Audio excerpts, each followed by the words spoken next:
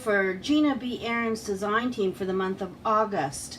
And this month's prompts were ornate, imagine, believe. And I'm going to do imagine because I feel like I was part of creating a new technique. Imagine that. And what happened was that I was watching Mike Deakin do something, and I asked him if you could do the same thing with archival inks instead of distress inks. And he said he was going to experiment, and he found a way to do that. And so I'm going to show you what he discovered. And so I'm going to use archival inks and a water brush with alcohol in it, and a stamp block, some Indian ink, and I'm going to make a nice watercolory background, and then I'm going to use Gina's perfect stencils to make a watercolor scene. An underwater scene. So okay, so I'm sure it's going to turn out fabulous, and I'll see you in the voiceover. This was so much fun. So what happens is you get out the acrylic stamp block, and you turn those archival inks on, just stamp onto it, and then you add hand sanitizer. And the reason you add hand sanitizer is because these are alcohol-based inks.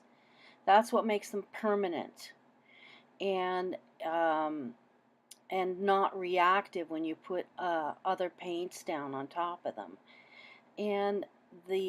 But the hand sanitizer allows you time, not a lot of time, but some time, to move them around the page like the water-based inks. And I think that's it's just kind of a fun, different thing to do. If you've got all those distress inks and you don't care about reactivity, then this may not be a technique for you. But it always bothers me that you put something down and it looks great and you're really happy with it, and then the next layer of stuff messes it all up. So that's a personal pet peeve of mine, and so that's why I was curious about the whether or not the Ranger inks, the archival inks, would do the same could produce the same kind of effect. And as you'll see as we move along here, it really does. It really does work quite well. You have to work. I'm working on watercolor paper, by the way. If you have that Yupo paper, then this is a piece of cake for you, because you won't have to worry about the drying time. But the watercolor paper really does soak it up. So the other thing that I'm discovering is that the alcohol in the water brush will allow you to move it around while it's still kind of gooey, but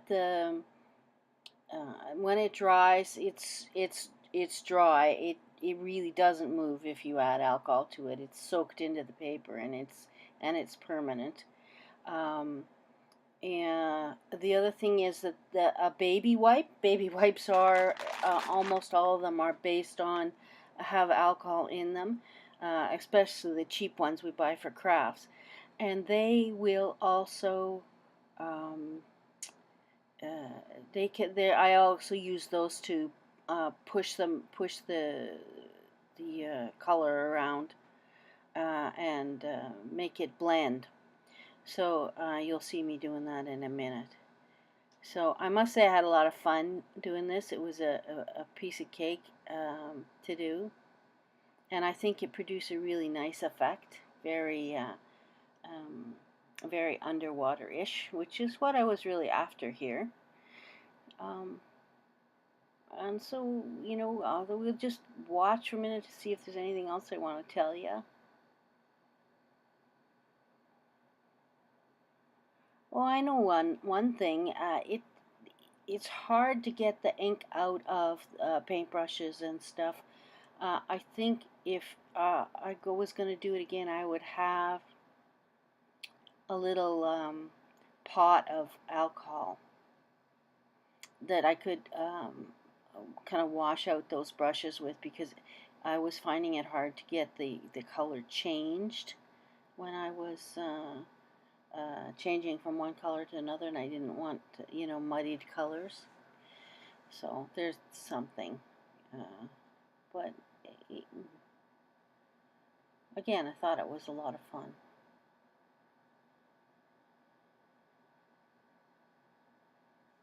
You can also use these Ranger inks with just alcohol, and I played a little bit with that. It's a very different look, and if you're interested in that, leave me a comment below, and I'll make you up a video on what that looks like. But I'm not sure it's as useful as this. There's nothing wrong with it. It's just more modeled, and it's a flash. So you get one chance at it, and then it's done, because the alcohol just evaporates, and once it's dry, it's permanent. That's the good thing about them.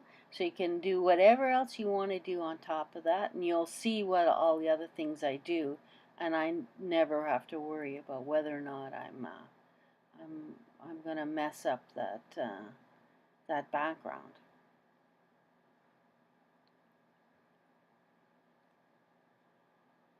Okay, well, I guess I'm just about finished playing with this.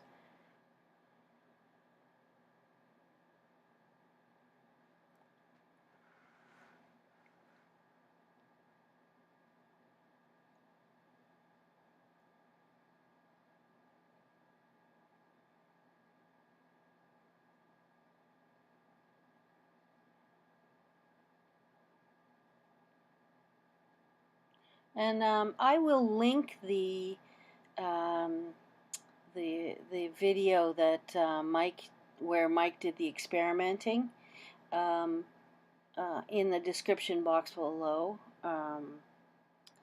along with all the usual things that are in that box. And so you can hop over there and watch Mike do it.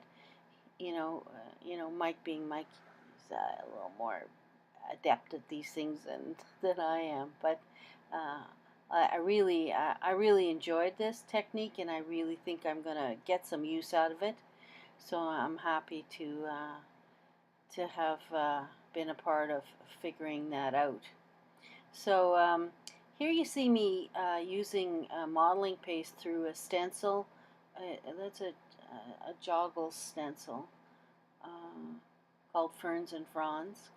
And I have masking taped off half the stencil because I only wanted the one side of it. The nice thing about having masking tape is that it also kind of stuck to the paper a bit, so it wasn't going anywhere when I was pushing that modeling paste around. So a nice clean image. And now I'm using Gina's wonderful seahorse undersea stamps for to make a seahorse, and I was really happy with how that turned out. There's enough kind of space in that stencil to allow you to kind of make it your own when you go to make it solid. And then I'm just painting the modeling paste now that it's dry. I also put a seashell image in the bottom right hand corner, and I'm just and I'll be painting that as well. The modeling paste gives it some depth and you know, gives just a little bit more character. And